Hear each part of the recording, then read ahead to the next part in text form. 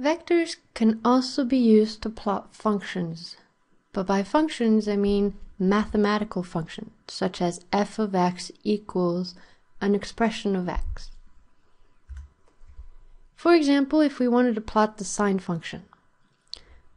So far, the only way we know is to hard-code each data point separately. But hard-coding each data point seems ridiculous. We'd start the same way as before, CLC and clear and close all. We'd define our x data points, so 0, pi over 2, pi, 3 pi over 2, and 2 pi, and we already know the values for y, which is sine of x, for each of those x coordinates.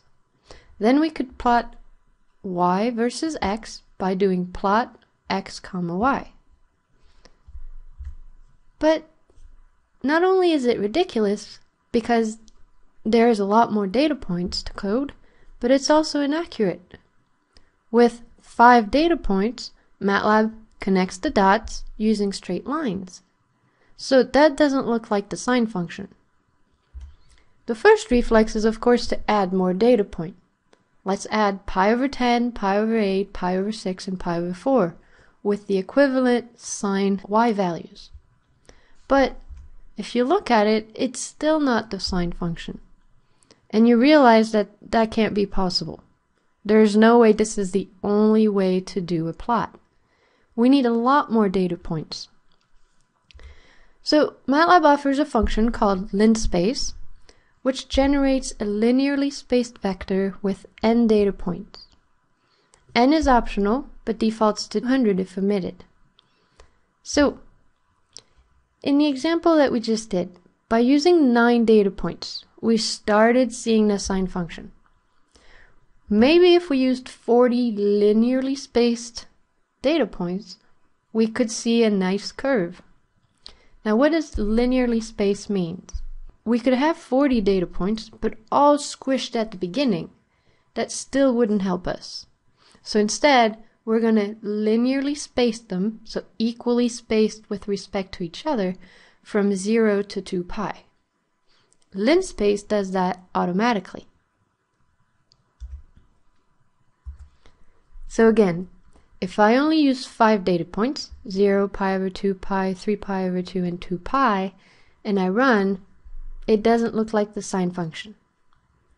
If I increase to adding 4 more points with their equivalent, sine pi over 10, pi over 8, pi over 6, pi over 4, it starts looking like the sine function. But there is no way we're going to keep doing this to figure out how smooth it needs to be. So that can't be the right way. So instead of actually coding the points one by one, I asked MATLAB, Linspace, to create a vector of equally spaced value from 0 to 2 pi, that's A and B, 0 to 2 pi, and let's do 40 data points. Maybe that will be enough. How do I actually calculate the y? Do I actually mentally calculate each data point to hardcode them, or do I tell MATLAB to do it? MATLAB has the capacity to calculate automatically. Since I was in radians at top, I'm going to stick to radian using sine and not sine d. This time when I run, the curve looks very smooth. Maybe I did too many data points.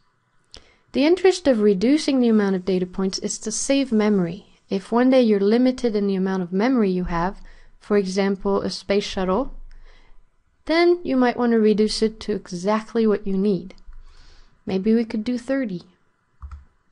Notice how easy it is to change. 30 still looks smooth, maybe 20. At this point, if you look at the bottom here, it's definitely not smooth anymore. So 20 is too small, maybe 25.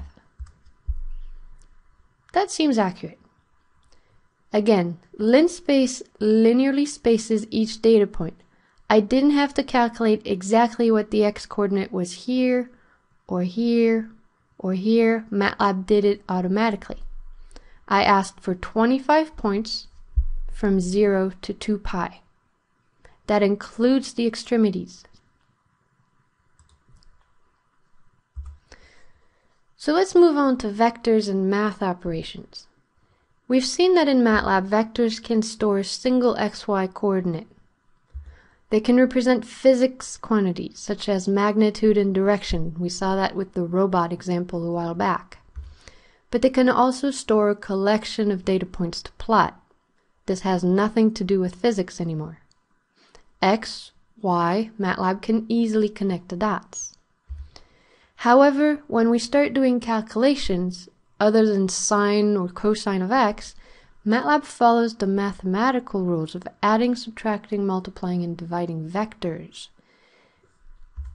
Adding and subtracting are okay. We've done it before. If we add two vectors, MATLAB adds all the first element first and the second component second.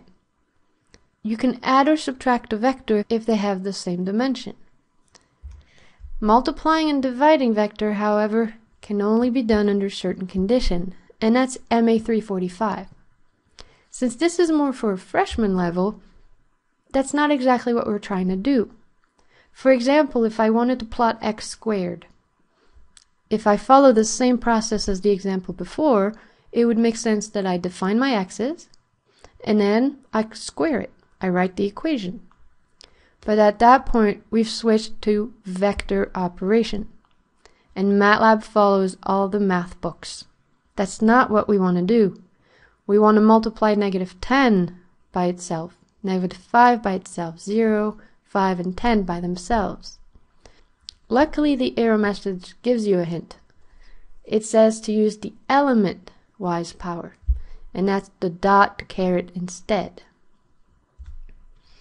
It won't be uncommon for you to use equations in freshman level. Polynomials such as these are easily used in equation of motions. When you want to define a trajectory or velocity, acceleration, you will always have a polynomial expression. So how can we tell MATLAB to ignore the vector operation, but instead follow more of an element by element operation? Look at the example again. Here, I didn't do x squared. I did -5 times x squared minus 3. But the error is the same. MATLAB does not like squaring a vector. So here it is.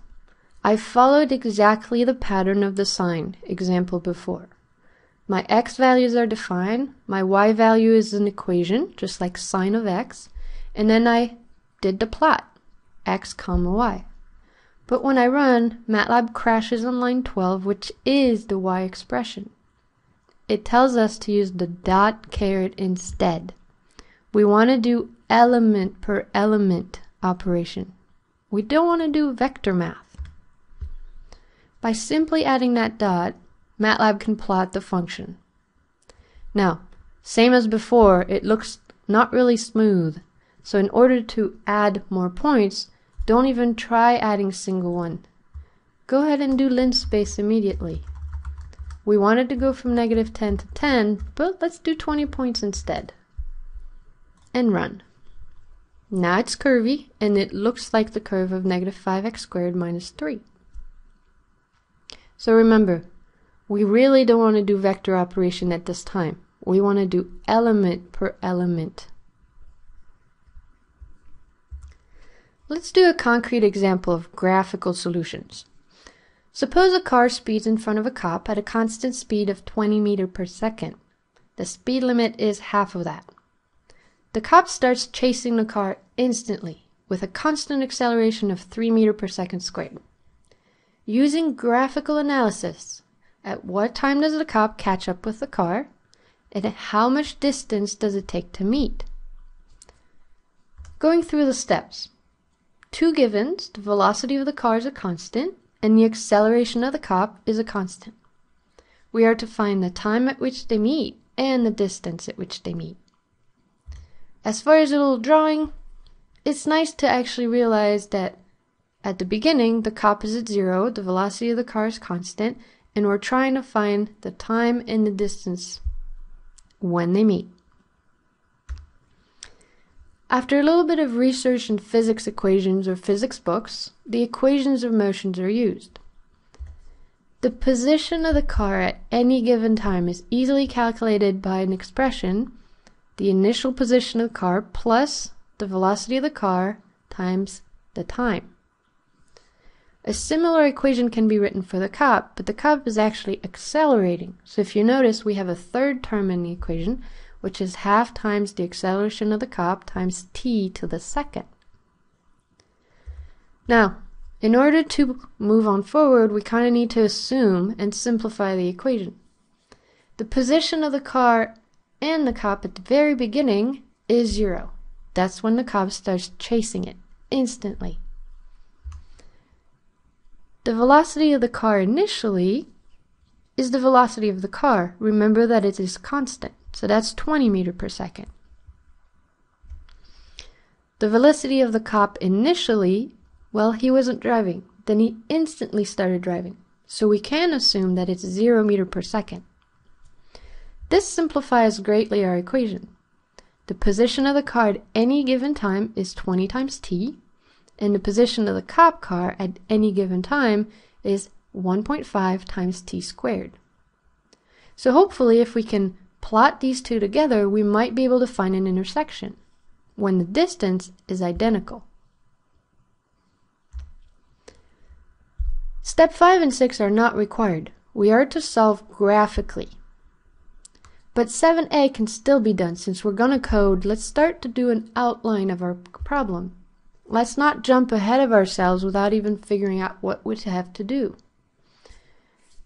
We're looking for a time, so let's try to imagine that it's between 0 seconds and 60 seconds. The other reason to define a time is since our equations are always based on time, we're going to need it to plug it in. Once we've defined our interval of time, we're going to calculate the distance for both cars and plot them on the same graph. So starting from scratch, cop chases car by Caroline.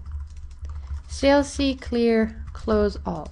The usual basic command before we do anything. And then we've already developed our algorithm, so might as well copy paste it and work from there. To quickly make something a comment, just select it and add the comment. And then now we're on step 7b, where it's fill in the blank and code. So define an interval of time. Again, we're plotting a function. Chances are we want a lot of data points. So we're going to go from Linspace immediately from 0 to 60. Let's do 30 points.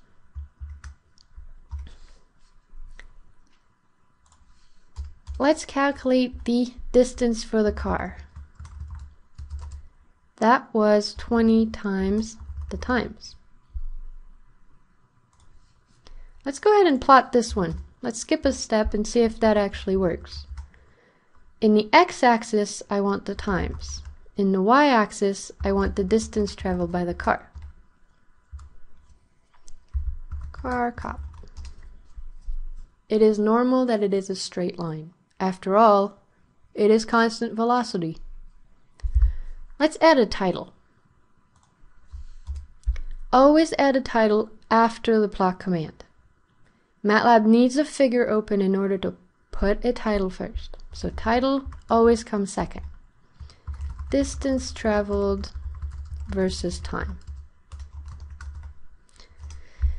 It's also nice to add a label to the x-axis. Similarly, we have a command called xLabel. So in the x direction, we have the time in seconds. Y-label is a distance, and that was in meters.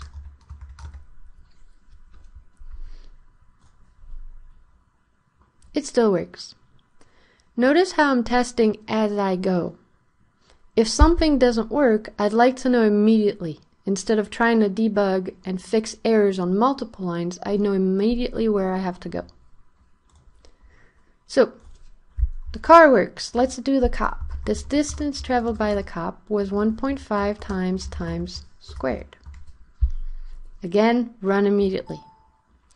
Since this is the only line that I typed, I know the error is right there. By reading the error, compute element-wise power, use the dot caret instead. Remember, We're trying to do element per element operations. We're not doing vector operations. So, alright. It still works, but I have to plot it. Now here's a challenge we haven't seen before. How do I combine two plots on the same figure? It's actually already built into MATLAB. The plot command can accept an x and a y coordinate multiple times. So if I want to plot a second set, I just have to generate times and distance by the cop. So at least we have two plots. Now, 60 seconds might have been too big. Let's reduce it to 20 seconds since the intersection is obviously around there. The second argument changes to 20 very easily. Let's add a grid so we can easily read the intersection. Alright, now which one is which? Which one is the cop, which one is the car? Remember that when you do plots in engineering, you need to label absolutely everything. So the additional one that we need is a legend. Is the green the car or the cop? Well, let's do a legend. Notice how MATLAB is very intuitive as far as the keywords. The first plot that we did was the distance for the car, so that's the first one that we need to put. The second one was the cop. So now we could print this. Although if we're printing in black and white, we still have something to do. Let's try to put markers on each. Now where do the markers go? They used to be the third argument. They remain the third argument. In between the two plots, I need to do maybe diamond, straight line. And for the cop, I'll do a little plus sign with dash dot. So now I can print in black and white. But we still haven't answered our question. When does the cop reach the car and at what distance? So by zooming in, you have the zoom in command here, we can easily figure it out. Well, it looks like the cop caught up at 13.4 seconds, and that was about 260 meters. So that answers our problem. Graphically, we didn't have to solve any equations. Again, plotting can do two plots at the same time or multiple. We could continue that way. But always repeat the X, Y line specification. X, Y line specification. As far as the equations, they were rather simple. Though we did have to use the dot caret in order to do our operation element per element wise. To conclude, the whole purpose of this tutorial was to plot functions. And when you do that, you never really want to hard code one element at a time. Always ask MATLAB to create a huge amount of data points. Linspace is generally used. Vector multiplication, however, requires knowledge of higher math. This is a freshman class, so we can't possibly ask to do vector multiplication.